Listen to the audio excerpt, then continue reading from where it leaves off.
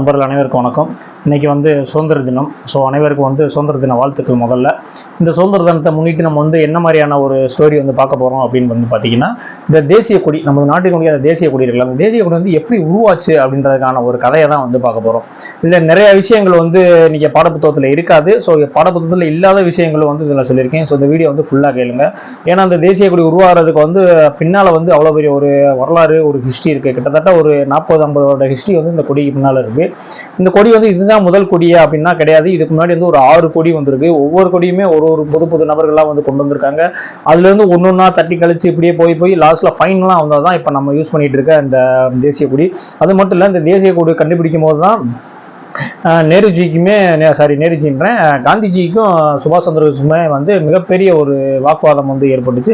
அதனாலேயே சுபாஷ் சந்திர போஸ் காந்திஜி மேல ஒரு கோபத்தினால காங்கிரஸ்ல இருந்து வெளியே அவரும் தனியா கட்சியெல்லாம் ஆரம்பிச்சாரு. ஸோ இவங்க 2 பேருக்கு நடுவில் ஏற்பட்ட பிரச்சனைக்குமே இந்த கொடி தான் மிகப்பெரிய ஒரு காரணமா இருந்திருக்கு. அது மட்டும் இல்ல, இந்த தேசிய கொடியெல்லாம் என்னென்ன விதிகள்லாம் ஃபாலோ பண்ணணும், எதெல்லாம் ஃபாலோ பண்ணக்கூடாது, எதெல்லாம் பண்ணா தண்டனை அஃபென்ஸ் அப்படின்ற மாதிரியான விஷயங்களும் சொல்லியிருக்கேன். ஸோ இந்த வீடியோ ஃபுல்லா கேட்டுட்டு உங்களுடைய அடுத்த ஜெனரேஷனுக்கு கண்டிப்பா அந்த வீடியோ இப்போ அதுக்கான ஸ்டோரிக்கு போகும். முதல்ல இந்த தேசிய கொடின்றது எதுக்கு அப்படின்ற மாதிரியான ஒரு கேள்வி வரும்ல. ஸோ இந்த தேசிய கொடி எதுக்கு அப்படின்னா, இந்த தேசிய கொடி தான் ஒரு நாட்டினுடைய ஒரு ஐடென்டிட்டி, அதாவது இந்த நாட்டினுடைய அடையாளம். மொத்தம் 195 நாடோ 194 நாடுகள் இருக்குல்ல. ஸோ ஒவ்வொரு நாட்டுக்குமே தனித்தனியா ஒரு ஃபிளாக் இருக்கும், ஒரு கொடி இருக்கும். அதுதான் அந்த நாட்டினுடைய அடையாளம். அதாவது இப்ப நம்ம எல்லாம் இந்திய மக்கள் எல்லாருமே சேர்ந்து இந்தியாவில் இருக்கோம். நாங்க இந்த கொடி தான் குத்திருப்போம், இதுதான் எங்களுடைய அடையாளம் அப்படின்றதுக்காக உருவாக்கப்பட்டதுதான் இந்த தேசிய கொடி. அதாவது இப்போ நீங்க ஒரு கம்பெனியில் ஒர்க் பண்ணுவீங்க. இப்போ ஒரே இடத்துல பார்த்தீங்கன்னா, இப்போ சிப்கார்டு பார்த்தீங்கன்னா 10-15 கம்பெனி இருக்கும். ஒவ்வொரு கம்பெனிக்குமே தனித்தனியான ஐடி கார்டு இருக்கும். ஏன் அந்த மாதிரினா, இந்த ஐடி கார்டு இருந்துச்சுன்னா இந்த கம்பெனி அப்படின்ற மாதிரி தெரிஞ்சுக்குவாங்களா. ஸோ அது மாதிரியான ஒரு ஐடென்டிஃபிகேஷனுக்காக கொண்டு வரப்பட்டதான் இந்த தேசிய கொடி. இது ஒவ்வொரு நாட்டுக்குமே வேறுபடும். ஒவ்வொரு நாட்டுக்கும் தனித்தனியா ஒரு கொடி உருவாக்கப்பட்டிருக்கு. அது அந்த நாட்டுடைய அடையாளத்துக்காக தான் உருவாக்கப்பட்டு. முத இந்த கொடியினுடைய அந்த ஆரம்பம் எங்க ஆரம்பிக்குது அப்படின்னு பார்த்தீங்கன்னா, 1904 ஆரம்பிக்குது. யாரு உருவாக்குறாங்க அப்படின்னு பார்த்தீங்கன்னா, நிவேதிதா அப்படின்ற ஒரு லேடி. அது ஆக்சுவலா இவங்க ஐரிஷ் லேடி.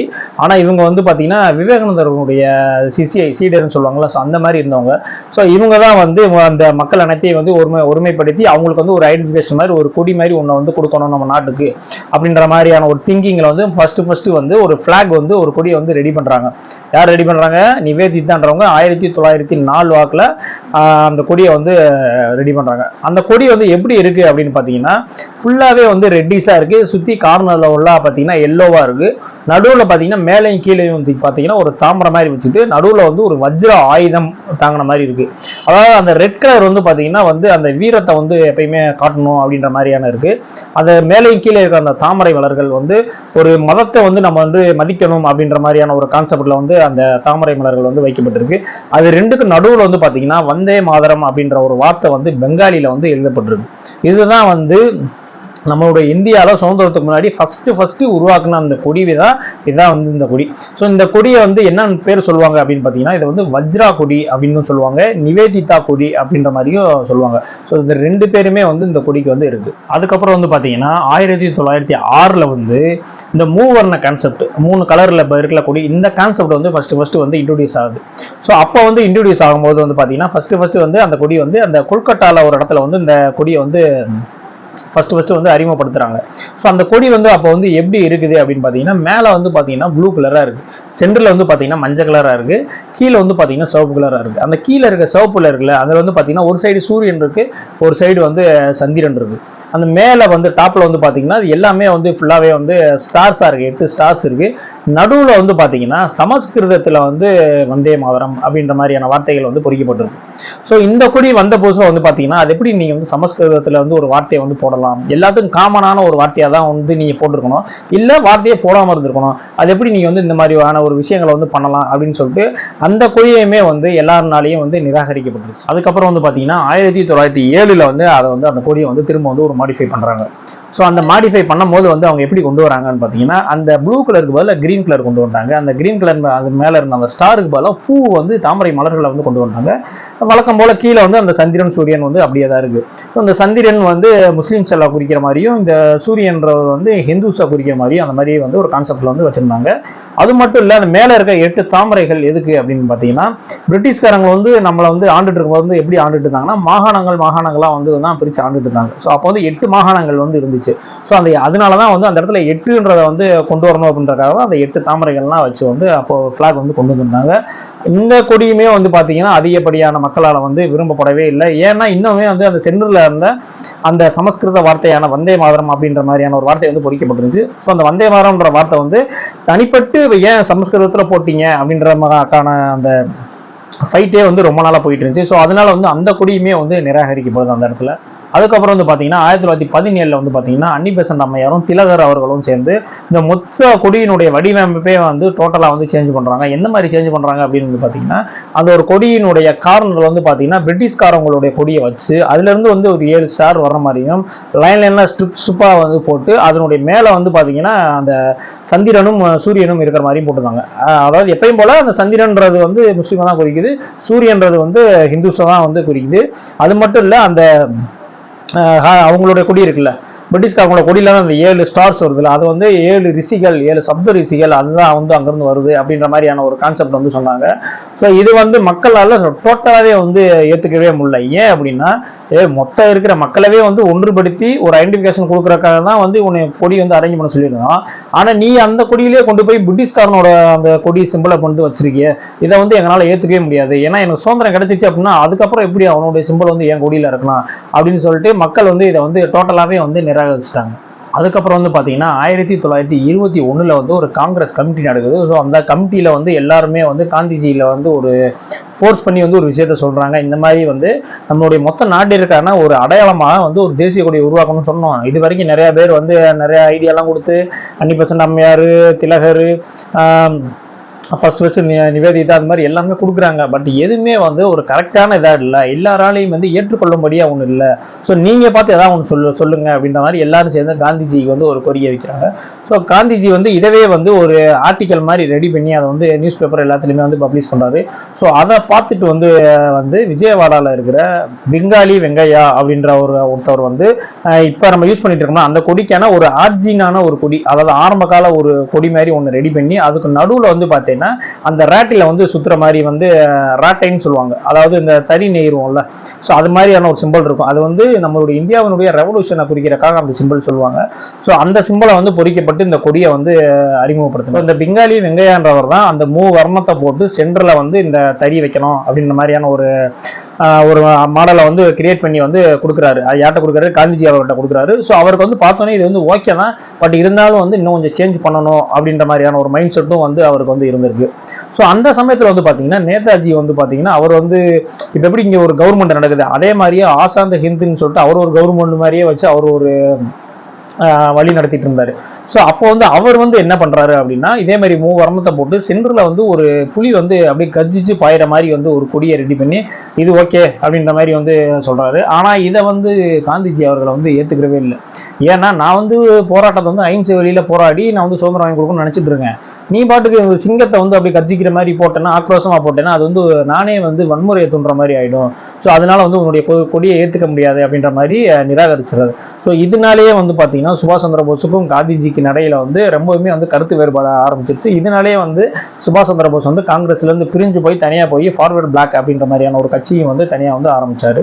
ஸோ அதுக்கப்புறம் வந்து இந்த பெங்காலி வெங்கையா கொடுத்த அந்த கொடி இருக்குல்ல, ஸோ அந்த கொடியிலேயே வந்து அந்த சிவப்பு, வெள்ளை, பச்சை அது மாதிரி அந்த 3 கலர்களை போட்டு சேம் அசிஷுவல் அந்த தறியவே வந்து வச்சு இதைத்தான் வந்து ரொம்ப நாளா வந்து கொடியா வந்து யூஸ் பண்ணிட்டு இருந்தாங்க. ஸோ இதை யூஸ் பண்றதுனால என்ன பிரச்சனை வந்துச்சு அப்படின்னு பாத்தீங்கன்னா, அந்த சென்டர்ல அந்த தறி ஓட்டுற மாதிரி சிம்பிள் இருக்குல்ல, ஸோ இது வந்து காங்கிரஸ்காரங்களுடைய கட்சியினுடைய கொடியிலே வந்து இருந்துச்சு. ஸோ ஒரு கொடின்னு இருந்தா அது தனித்துவமா இருக்கணும். இது எப்படி அவங்க ஒரு கட்சி கொடியோட நம்மளுடைய தேசிய கொடி இணைஞ்ச மாதிரி இருந்தா அது வந்து நல்லா இருக்காது அப்படின்னு சொல்லிட்டு அதையுமே வந்து இன்னும் கொஞ்சம் மாடிஃபை பண்ணுங்க, இன்னும் கொஞ்சம் மாற்றம் பண்ணுங்க அப்படின்ற மாதிரி வந்து சொல்லப்படுது.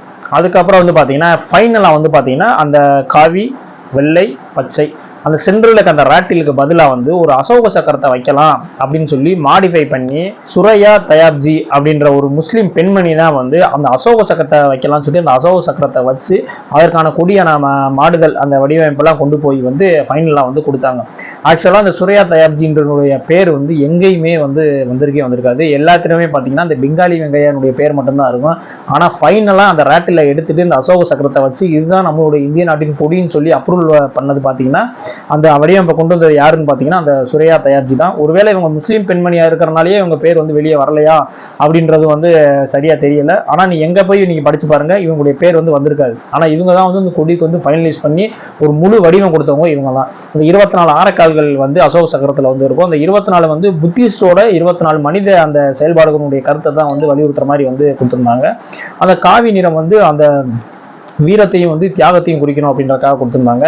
அந்த வெள்ளை நிறம் இருக்குல்ல, ஊடல் இருக்க அந்த வெள்ளை நிறம் வந்து தூய்மையை வந்து குறிக்கணும், அவர் சமாதானத்தை வந்து குறிக்கணும் அப்படின்றதுக்காக அந்த வெள்ளை கலர் கொடுத்தாங்க. கீழே இருக்கிற அந்த பச்சை கலர் வந்து ஒரு பசுமை செழுமையை வந்து குறிக்கணும் அப்படின்ற மாதிரி சொன்னாங்க. ஃபைனலா வந்து இந்த கொடி தான் வந்து எல்லாருனாலையுமே வந்து ஏற்றப்பட்டுச்சு. இதுதான் வந்து அந்த நம்மளுடைய தேசிய கொடி உருவான அந்த கதை. எந்தெந்த என்ன யாரெல்லாம் சொல்லியிருக்கேன் அப்படின்றத நீங்களே ஜஸ்ட் ரிமைண்ட் பண்ணி பார்த்துக்கோங்க. ஃபர்ஸ்ட் வந்து நிவேதிதா அப்படின்றவங்க தான் இன்ட்ரோ பண்றாங்க.